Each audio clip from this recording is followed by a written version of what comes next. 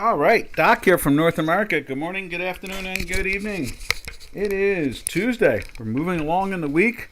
The Fed starts speaking this afternoon, I guess you could say, not this morning. It's not, but they're going to get rolling along, and then what's his name, Mr. Powell is going to say something, I guess. I would think this is the last time, maybe one more, where he tries to talk down in expectations of when the cut starts. But at this point, we've talked about it over and over again. Money managers basically anticipate. They always have. They always will. They anticipate the future actions. And obviously, we all know the future actions are that the interest rates more than likely are at least going to come down somewhat because of the election and because of the election. That's pretty much what it comes down to. Because of the election and because of the election. And so, we figure that they can cut rates somewhere around 5-6 months, out, that type of thing, and, of the election itself. So you're talking about, all of October and September. You have August and July and June. So somewhere between May and June, you assume that they would start doing their cutting thing. And money managers are anticipating the same thing. So that is the action we're seeing there. Let's get the chat line up. There we go. And the chat line is appearing. Nice. There we go. All right. Now I can see the chat line. And I see good morning, Robin. Looking for another fun-filled day here. Let's see what the action brings, huh? The earnings for General Motors came out, looked pretty decent, which was not much of a surprise, I guess. The stock is up a little bit more than usual from it, up a couple dollars, so that is something. Because General Motors seems to be just stumbling and bumbling, but good accounting. That's what it comes down to. Always good accounting. All right, so what is in the news this morning of the markets, basically, and that is one of them. That. I think UPS came out. Another, this is the period of earnings for the stocks and so forth. It goes on a quarterly cycle. Every quarter they show their earnings, how well they're doing financially, and that obviously is a key factor to growth. The expansion of the price, the underlying price of a stock is that making money or having something so much that everybody wants, one or the other, and usually one brings the other anyway. So it's making money. Make the money. Give me the money, GTM. Show me the money. All right. So up on the screen, you see the dollar index, and it's trading a little bit firmer today. It's at that 103.24 to 28, as you can see on the J4X here. Let's see if we miss the mouse and go like that. You can see that as we swing it around. Can you see that? I guess you can. Yeah, it should be right there. There you are. See 23 at 28. 103 is the handle, and the strength is still a little there. That's because they were anticipating a March cut, and chances are is that March cut is not coming. And so, a little higher interest rates, people, managers and people in general, you would think. Well, I hate to say people because we've seen people put their investments into things that yielded zero or minus. So, and they did that willfully because they were scared. So it's awful hard to say sometimes people. But you know what? That was money managers more, I guess you could say, too. There was, billions and trillions, and we know local people are not just trading billions and trillions. So that was another factor, and that went on for a long while, for half a decade, if not longer, more almost like a decade long. They were doing it, where they were plowing money into things that lose money. In other words, they were buying bonds, paying for the bond, and then paying interest to own the bond. Yeah, I repeat that here a lot because I think in years to come, financial markets will look at that and go, wow, what was that insanity all about? And then they were scared, and people would be like, why would you be scared if you have, $6 billion you're managing. Why would you be even scared of that? People would scratch their heads and so forth, and maybe they were just politically inclined to do foolish things, I guess. And so that's what it comes down to. But that's what always keeps us looking at the marketplace. And now you can see it's 103.27, almost at 31. There it is, 27 to 30. It's a bid and offer market. And that's what's going on with the dollar index as we look at it over there on J4X. So we take a look at it over also on, let's see, you can see it right there on the beta. And there is the dollar index on the beta. It's just to amplify it a little bit. And you can see here it's trading at, what is that, 103.25 and a half. This is a little delayed right now. And so you can see here yesterday it's down a little bit from yesterday. But you know what? When you look over on the dollar index and J4X, you can see it's just a little plus at this point. Then we slide over to, let's go over to the, where's that other mouse? There it is. There's the other mouse. And let's put that up on the screen. We'll show you the old platform, and that'll show it to you perfectly live. Let's see, let's go like that. And like that. Excuse me. And let's slide it down, and there it is. Let's put it up on the screen here. And there it is right there. You can see it's trying to get a little bit higher. It's trading at, what is that, 26 right now, just like J4X is. So it's bouncing around in there. It's trying to get going. It's been in that daily buy from all the way from here. You see the same thing with J4X. A lot of green. Right now you can see the fast stochastic at 67.8, almost 67.9 basically. And the slow stochastic's at 66 even. So is that 66? Yeah, that's 66. So what you're seeing is the dollar index still just lifting just a little bit more. You can see that push with the two stochastics matching up against each other. Now we see it at 67.6, and we see 66 even. Really tight market, right on the edge of what, a try to roll over, or is it just not really going anywhere? I vote for it's not really going anywhere. That is really the way I see it. So let's see, at this point in the dollar index action, we're just obviously, it makes it very clear that we are just stumbling along, no real clear direction in the sense of like they're going to go ramming up to like 107. That's not there. They're not going to do that. Let's take a sip of my tea.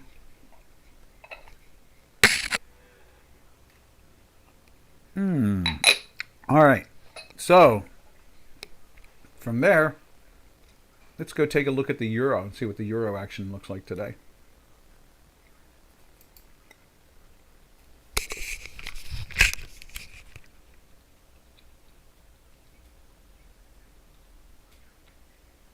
There it is right there. You see that sloping down right there where it's been pressing down? You see the fast is at 29.9, almost 30. And you can see the slow is at 31.2, I guess you could call it 1.76. So that is the action. That is the action of the euro against the dollar. So seeing that just a little weakness. Let's put it up over here. There we are. Open. There we go. Take another sip of tea while it's opening. I didn't realize it wasn't open. I was looking at it 2 hours ago. Whereas yesterday the cable was really trying to get into that sell area.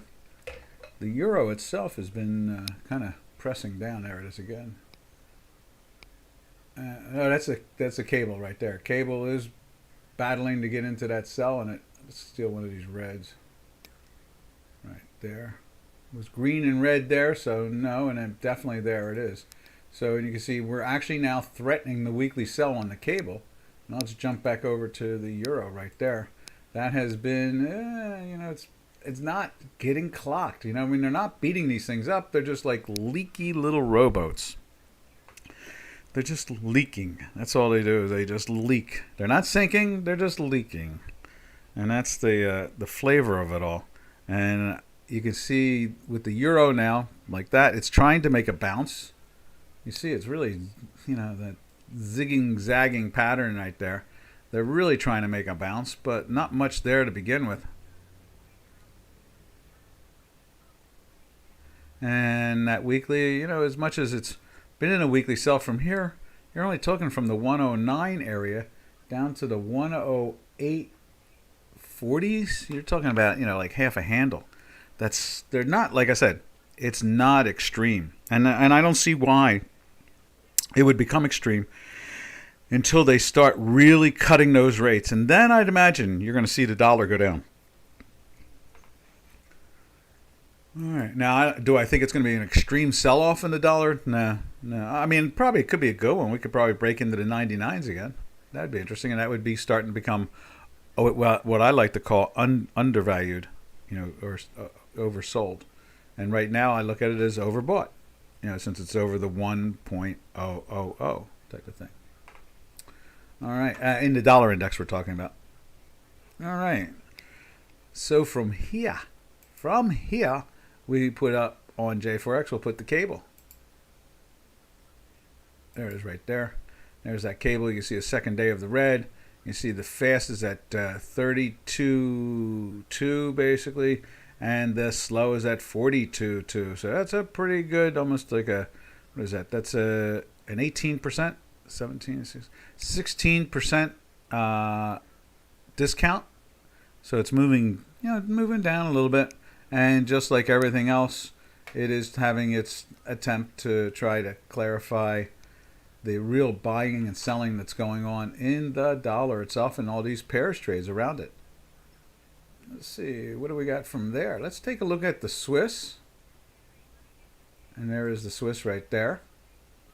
4 days now on a sell. How come we don't have a red line there? Let's put a red line there. Whoop. Let's just grab that red line. Come on.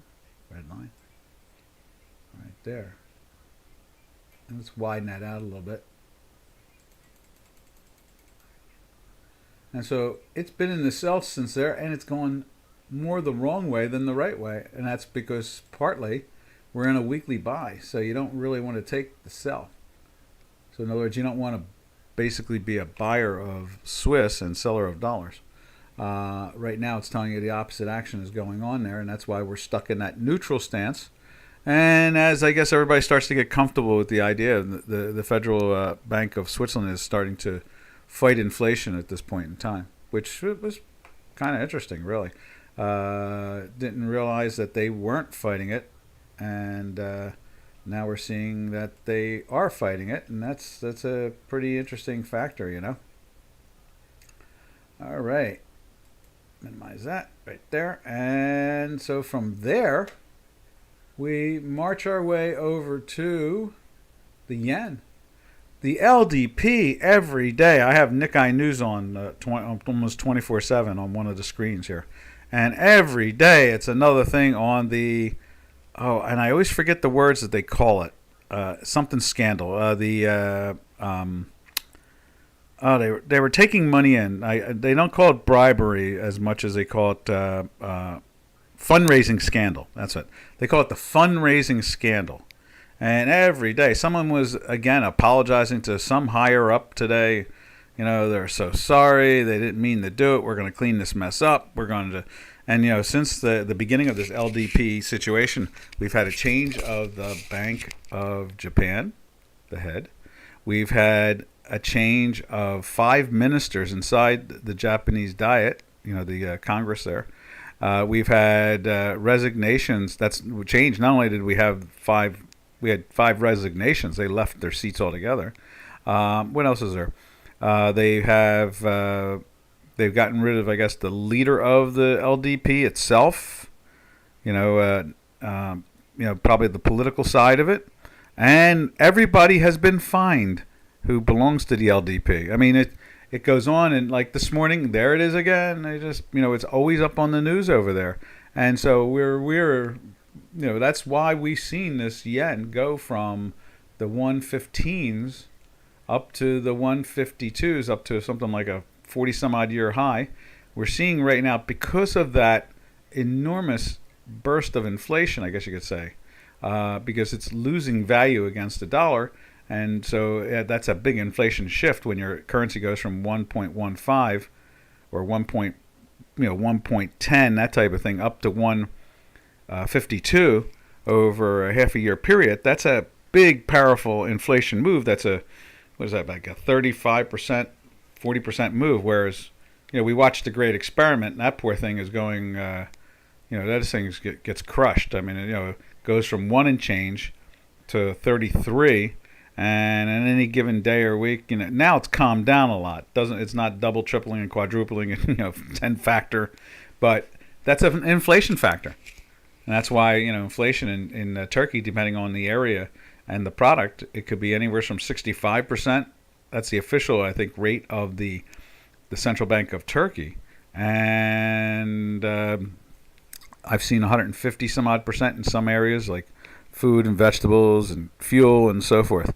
So, here we have this political noise over and over. It seems like every day with the diet and the Japanese Congress or Parliament, and that's why we're seeing the stock market over there make a lift. Here, let's just take a look at that stock market. Let's put it on. Let's see, where's that Nikkei right there? And let's put it on over here. And there is the Nikkei. And you can see it's trying to lift up again. It's fallen down a few days here now. This is probably the evergreen situation where the bank in Hong Kong, or not the bank, but I can't even believe it happened. The court in Hong Kong, I'm surprised. Let's put it this way. I'm sure they will not be getting that job again. But the Hong Kong court basically said liquidate the $33 billion in debt you have. Whatever assets you have, liquidate it and give it to the rightful owners. And so, we saw all these odd little defaults. You have to wonder how much can they, I guess they must have owned something that's worth something. In other words, you would think.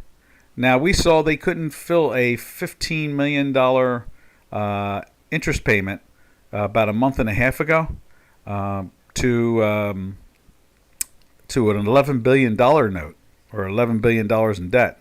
Now we see the whole debt; it's over $33 billion. So they couldn't even find $15 million. This is going to be, I don't want to call it entertaining because it's sad, but it's going to be very interesting to watch, to see how this all plays out. What do they get? 10 cents on the dollar? You got to figure that they couldn't pay $15 million on $11 billion. So what does that say? I mean, that's not even 1%. That's not even 1%. $1 million on $1 billion is 1%. So you're talking about $11 billion, and they couldn't find $15 million. So they couldn't even find less than 1% to hand somebody to stop this bank foreclosure situation. And, now you're seeing $33 billion. Will they even receive more than 1 or 2 cents on the dollar? In other words, in the end result, will it all fall apart at, pennies?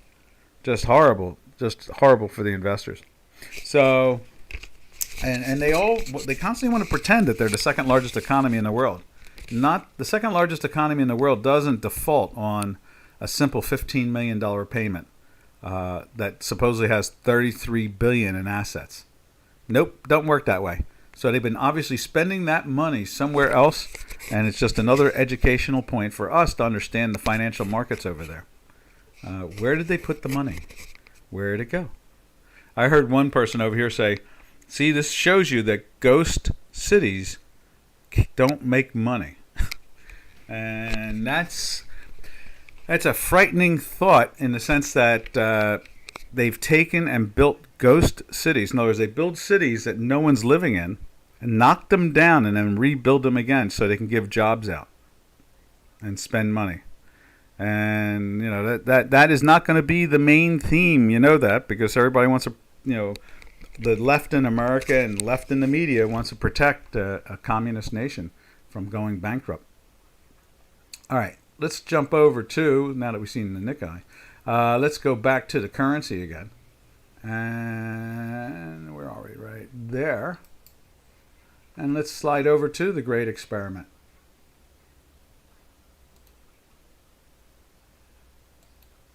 There's right there. And there's the Great Experiment. And you can see they almost took out all-time highs. They're flirting. They're only like 8 ticks away, I guess it is. So 32.95. And the all-time close is 33.04. So what's that, 9? I'm not even sure what you call that if it's a handle. I think the 32 is the handle at this point. So it's only 9 ticks away, basically. Now, as you can see there, as it's ticking at 95, now it's 95.48. It was just 95.46. Now it's 95.37. So the 95 must be the real handle. I don't even know what you would call 32. The bracket, I guess. I don't know. On the trading floor, something ticks around like that, a full handle would be from 95 to 96. And you can see here it's moving down as we speak about it. Now, it just went from 95.17 to 95.42, now to 47. So in many ways, you can't really call them handles. Now it's fallen right back to 95.17 again. Just a wild action there, you learn from how they tick. So it just went from 17 to 15. And there's 22. So that's a 7-tick increase.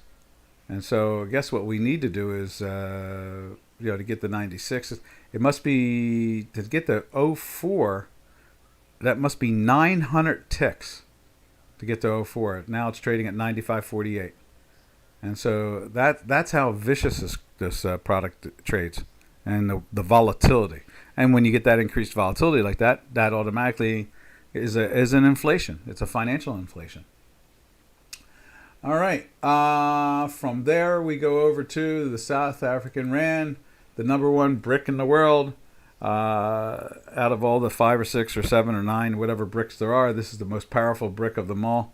Unfortunately, China doesn't really have a floating currency, so we can't really look at it.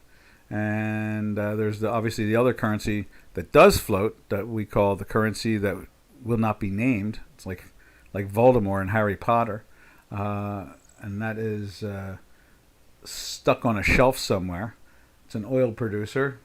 It's not far from Poland and Finland. It's bordering somewhere along on there. But anyway, that's the action we're seeing when it comes to the South African Rand, which is the number one brick. And you can see right now it's it's in a buy, unfortunately, which means it's being sold. There's more strength coming in on the dollar side of it than on the Rand side of it. In the short term, though, we've been in a daily sell. And you can see here we are just on the edge of trying to get into a buy, but not there yet. So it's in a neutral position. And usually when the Rand is moving down, it's gaining against the dollar, and it's in that sell, and so you can see that. And then we go over to the metals complex and see what's going on with, gold and silver and so forth. And let's see what's going on with those interesting products.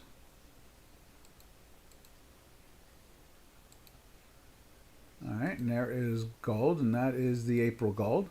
You see April gold is up higher today than yesterday. It's still in a buy. And a little choppiness there with the green and the red, telling us that some action's coming. But we are also in a weekly sell for the last couple of weeks. This is the 3rd week now. So it's kind of more of a neutral stance more than it is a bullish stance. We just noted on the very short term it's going up. And we know on the week-to-week basis it is sideways to down, basically. And well, in this case, it's more like an envelope in here.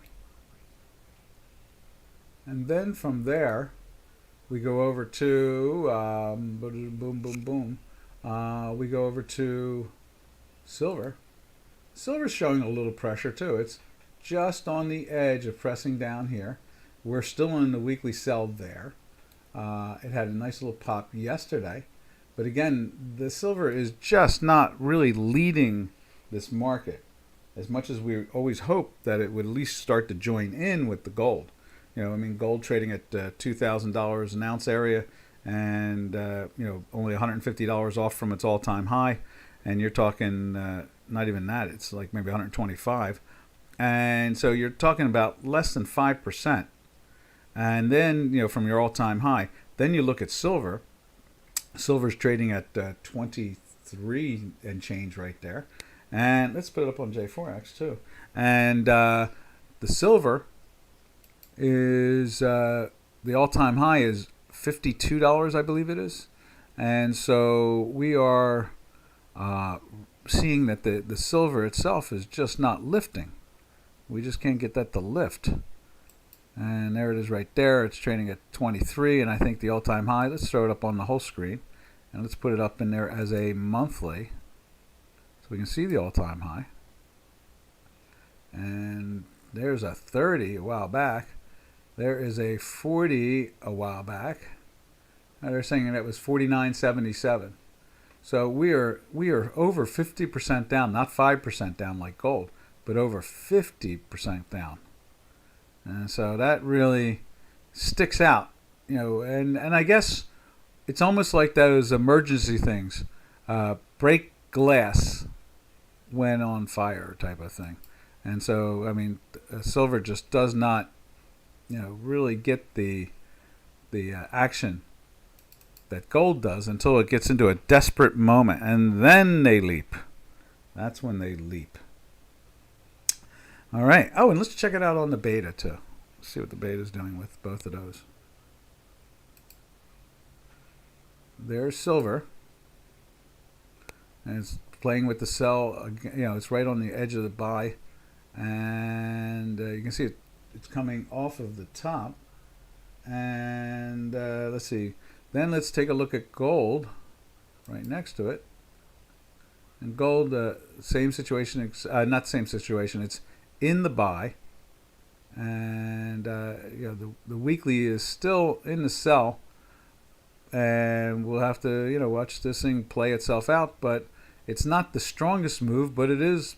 They're buying gold and they're selling silver. That's pretty much what it comes down to.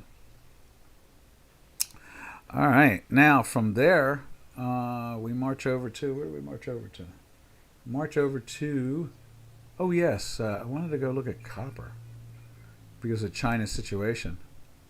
You can see here, copper's still holding up really well. There's it is on the beta, and it's been in a buy for a while. Maybe that could be like literally a flight to safety. If you can't own real estate, you might as well own copper. Let's grab a sip of tea. Yeah, if you can't own other assets that gain in China, you might as well buy copper. Copper seems to be one of the safe havens. All right. Now, traders, if you want to talk about options or binaries or any other product, just let us know. We'll go start looking at it.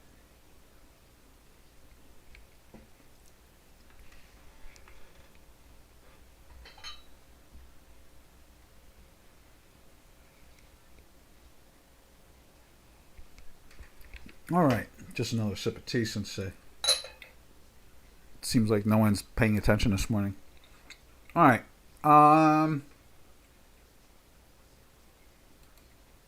Let's put the platinum in. Platinum's trying to do a little dive. Let's just double check it in the sense of, let's see if we can adjust the, yeah, you can't see that. Let's get that up on the screen. Let's see if we can get the platinum to clean up a little bit. So we'll put it in there as default. And that is yesterday. And then we go and adjust it again and put in today's price action. Right there, and right there. There we go. And you can see it's holding on. It's got that, it's trying to grip it, hold on to it, and that type of thing. Like many of the other situations in the metals complex, it's it's taking its own route at the same time. It's been in a weekly sell for 4 weeks, and it's been in a daily buy for 4 days, and it's moved up, no doubt about that. Moved up from the what is that, the 15 area to the 35 area. So even 40, I guess you could say 41, something like that, yesterday.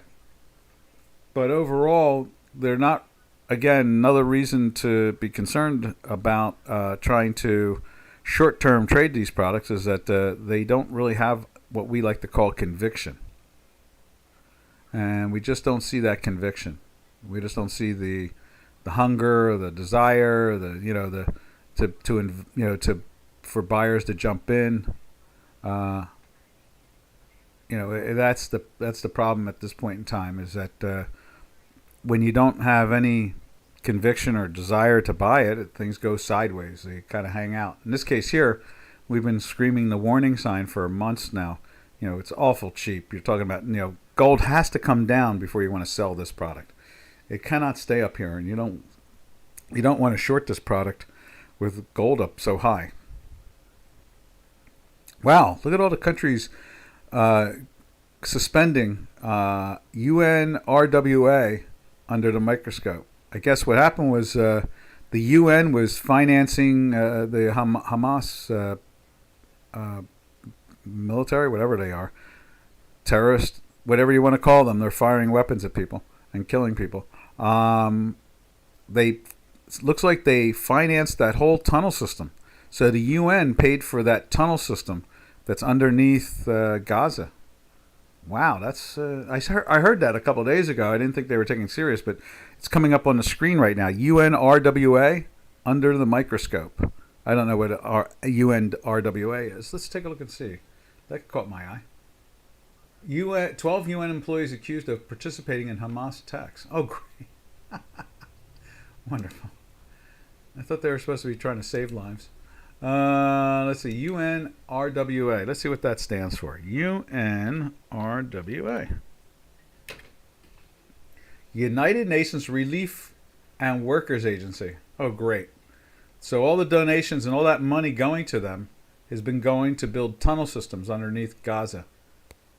And obviously they're not going to be around much longer. They keep on removing them so they can't fire rockets and do whatever they've been doing and holding hostages in them and so forth. They're like mole people. It's the mole people. All right.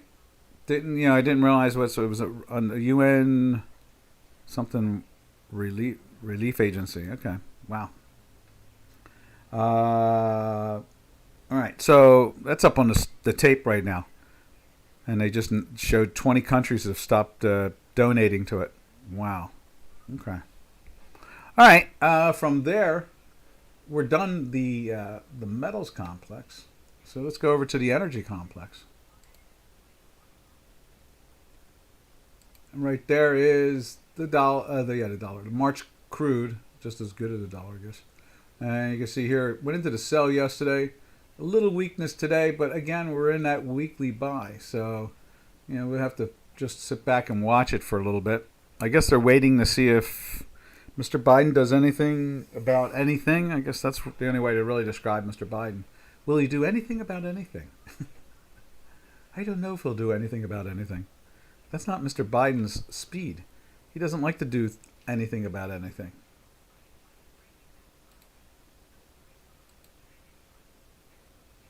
Doing anything about anything. Go, Mr. Biden, go. You can do it. All right, so let's jump over to from... why not? Let's see. KJP stumbles over words while offering condolences to family.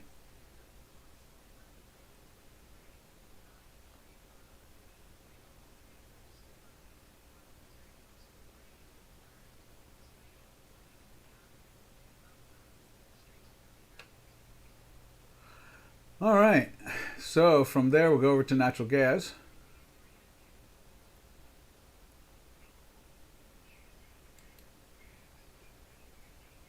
All right, and there's the sell right there. Natural gas got pushed on pretty well yesterday. There's that. I saw the headline again today. A lot of countries that buy natural gas from us are asking us why you're halting natural gas sales or something of that nature. Mr. Biden came up with that a couple of days ago. I can't imagine that lasting long. It's like there's a couple people in charge in the White House, and when someone does something there, all of a sudden there's like a what is it? They have a name for it. It's an adjective. There seems to be a conflict with somebody else in the White House. So if Mr. Biden says I'm doing this, and somebody else says I don't want you to do that, they like after he said he was going to do it, they seem to put a statement out, an official statement from the White House saying Mr. Biden didn't mean what he said. And vice versa. There's times where the White House puts out a statement, and then Mr. Biden says, no, that's not exactly what we were thinking. And then they don't usually put out a statement. They just they let Biden just say things. So it seems like not exactly, he's not in charge, that's for sure. We can tell you that. He's definitely not in charge. But after that, it becomes a real guessing game. Some say the whole staff is Mr. Obama's staff from when he was last in the White House. So Susan Rice and all that other stuff. I think she's retired or moved to the campaign now. But all these people in there are Obama players. So I guess it's like they're saying nowadays it's the third term of Mr. Obama. So, all right. Anyhow, from there we go over to the energy company. Let's find that energy company, and we'll put it up on J4X at the same time.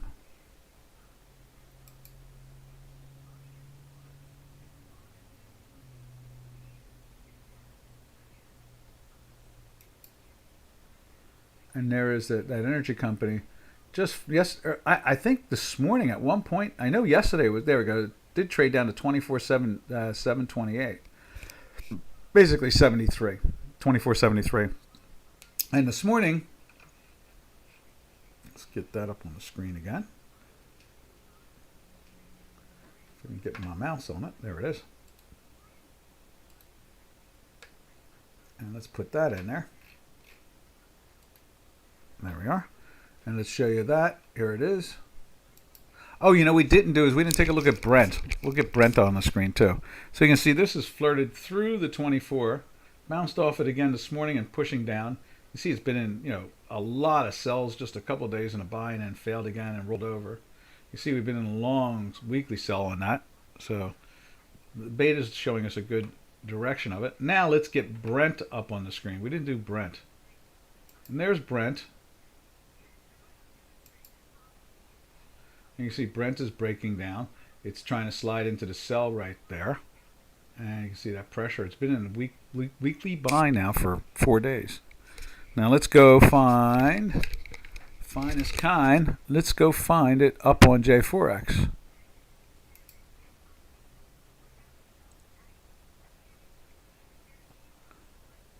I thought it was right around here. Where'd it go? Oh, it must be around the dollar area. That's what it is. There's the bond. We go up and up and up and up and up. There it is.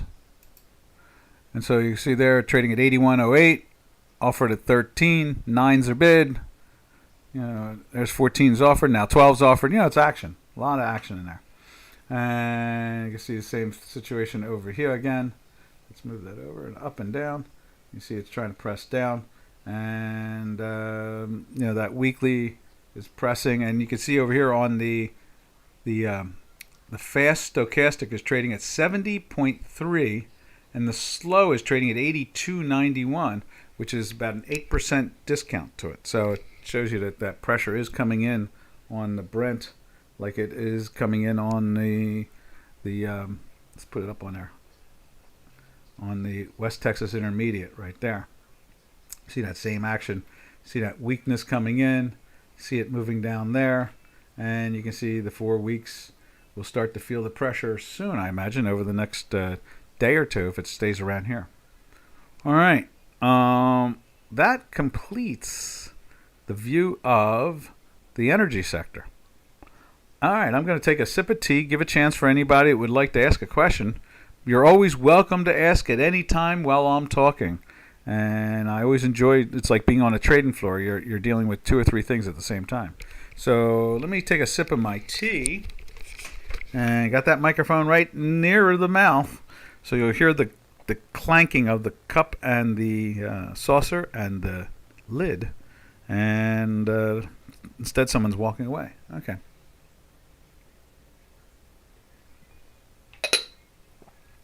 Let's see.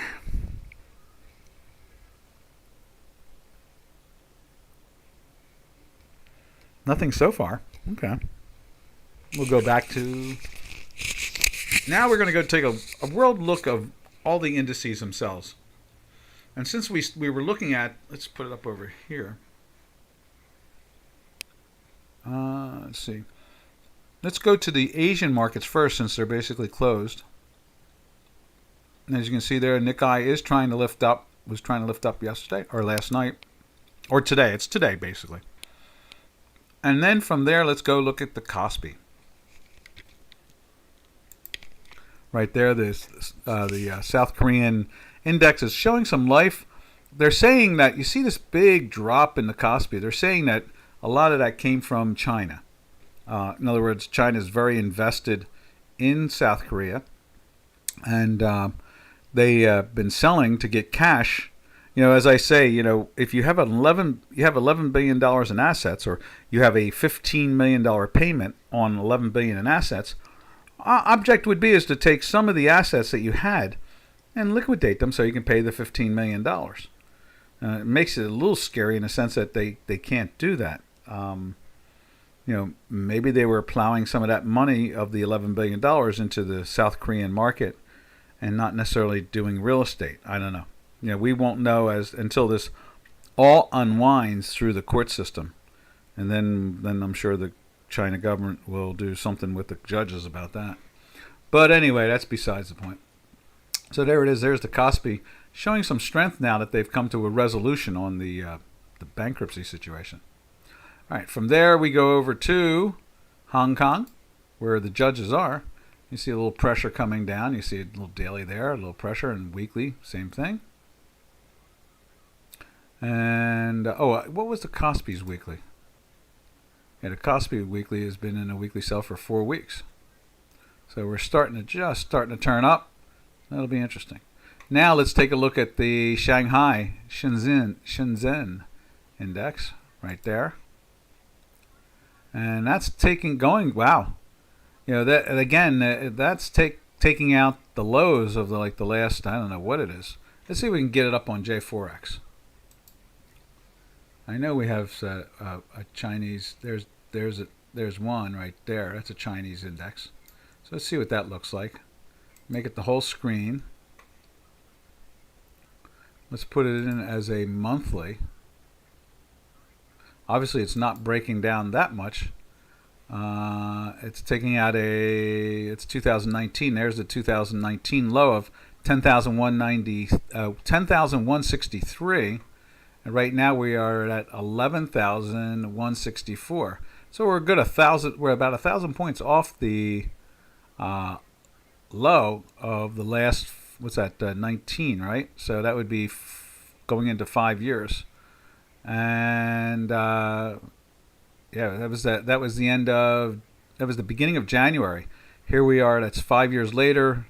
We're in January of 2024, and it has run as high as 20,681, and now we are just 1,000 points off of the low there.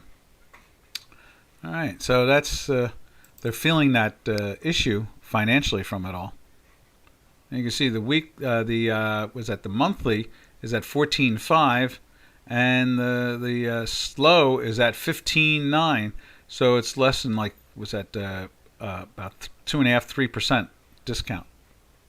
Maybe we're coming into a bottom. We'll see. All right, and then let's fix that and go back to the daily. There's the daily. All right, now over here, that is the Asian ones we do. We probably need to go find another Asian or two to put in there, these Asian indexes, because we are getting some. It's just interesting to look at this when we have time to look at the stock indices. And obviously, the Shenzhen on our chart there. I wonder if we can get. Wonder what the high is. That's at 39,009.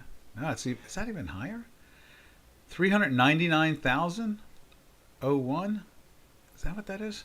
So I think I can get a bigger chart on it. Let's see if I can get a bigger chart on it. I'll tell you what it is. Let's put a monthly chart up on that. What's that symbol? 399.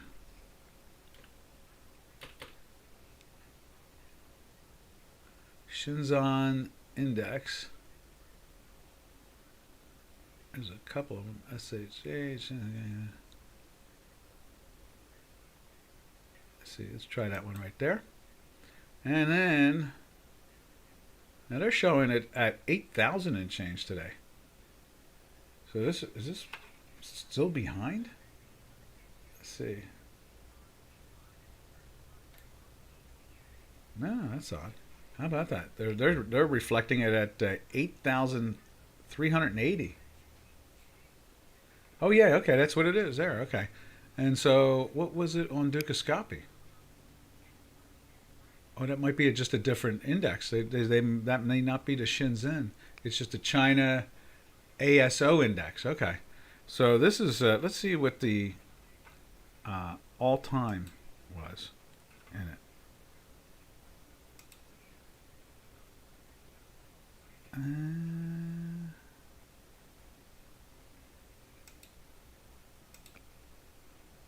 Let's give that a spin. See if it'll straighten out. Shenzhen stock price news. Okay, wait. Okay, there we are.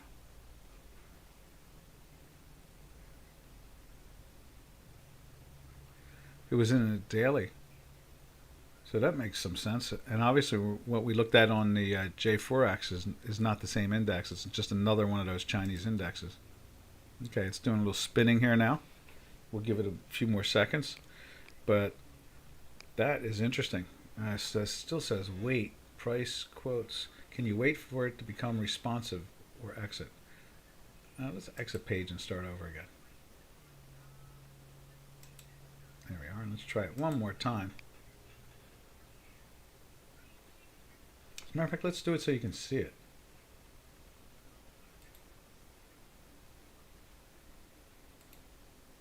Right there. And then right there. And then, was that 399? 399. There it is right there.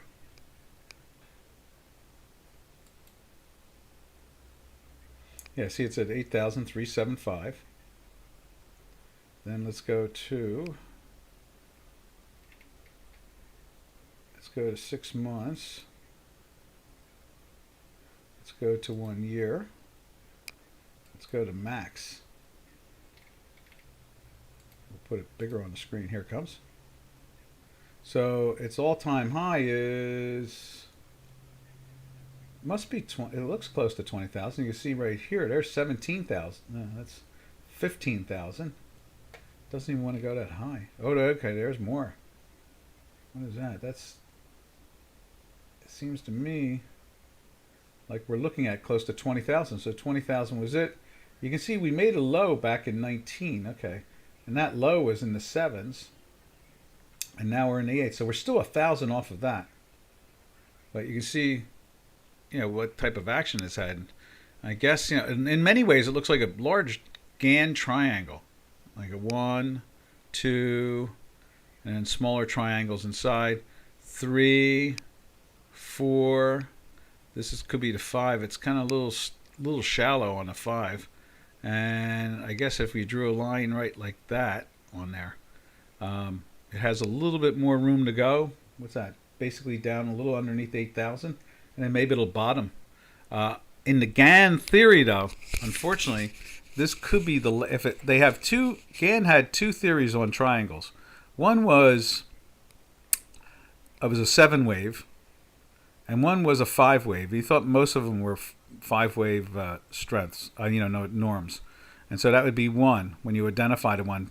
You could also, if you try to do it from here and treat this as the 1, then it kind of stalls out here because the line would go through that like that. It'd be like that type of action.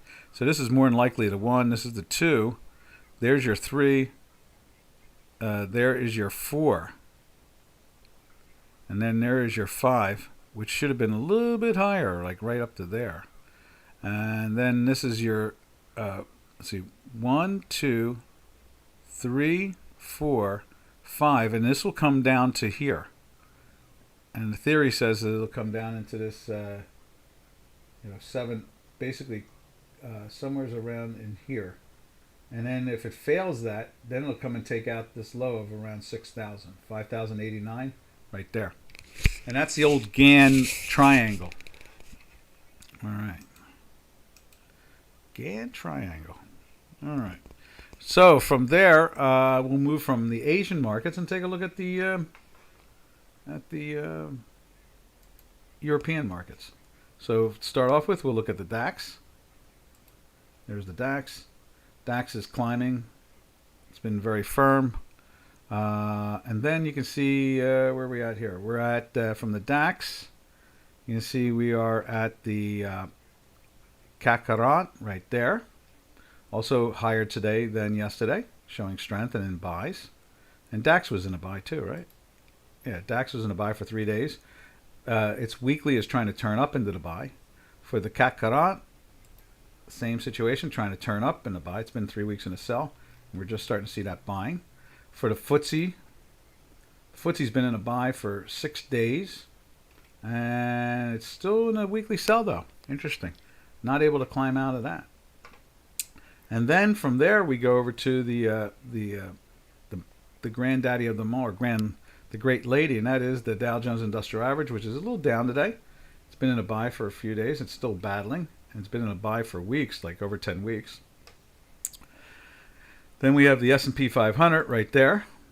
The S&P 500 has been in a daily buy for what's that, 8 days now, daily buy, and it's been in a weekly buy for over 10 weeks.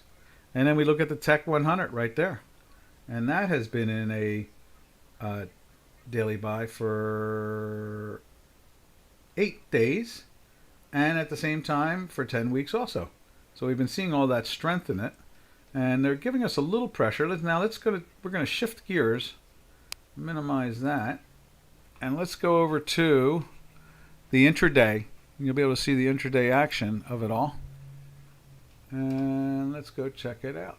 We'll go take like this. I'm going to just close that. And let's open up right there. You can see we're going after some lows down in the 42s. There is some pressure. You can see this is the intraday charts, are intradays, and they're showing consistent slow steady pressure at the moment. And I imagine it'll stay that way for a little bit longer. Indeed. All right, traders, we'll come up with a title. And so we are at the end of this. Didn't seem like it was a quiet day. Let the Fed do its thing. We got Fed Watch. So everybody be careful, be smart. And we will catch you all tomorrow, same time, same channel, with the Fed ready to give us insight to the way the world should work and the way the world is going to work. So, happy trails to you until we meet again, which will be tomorrow morning. Happy trails to you, to all our trading friends. Later, later, traders. Be safe, be smart, and remember, it's a Fed week. Ta-ta.